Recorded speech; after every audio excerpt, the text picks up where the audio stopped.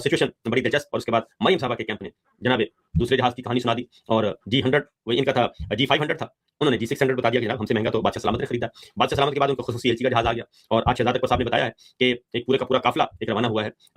मोहसिन नकवी साहब और उनके साथ कुछ हमनवा हैं, कुछ बहुत सारे लोग हैं और पूरी की पूरी एक फहरिस्त है जहाज़ों की, वो सैर को निकले हैं और कौन सा सरकारी दौरा है और किस नौयत का सरकारी दौरा है। तो हर किसी ने कैप पहनी हुई है। असल में अब इस वक्त हो क्या रहा है जनाब, बादशाह सलामत इस वक्त आर्मी चीफ भी हैं, बादशाह सलामत चीफ ऑफ डिफेंस फोर्सेस भी हैं, बादशाह सलामत फील्ड मार्शल भी हैं, बादशाह सलामत भी हैं। और उसके बाद आ जाएं, क्योंकि फिर हर ओहदे का एक जहाज होना चाहिए, हर ओहदे के लिए एक घर होना चाहिए, हर ओहदे का अलग पर्सनल प्रिविलेजेस होनी चाहिए।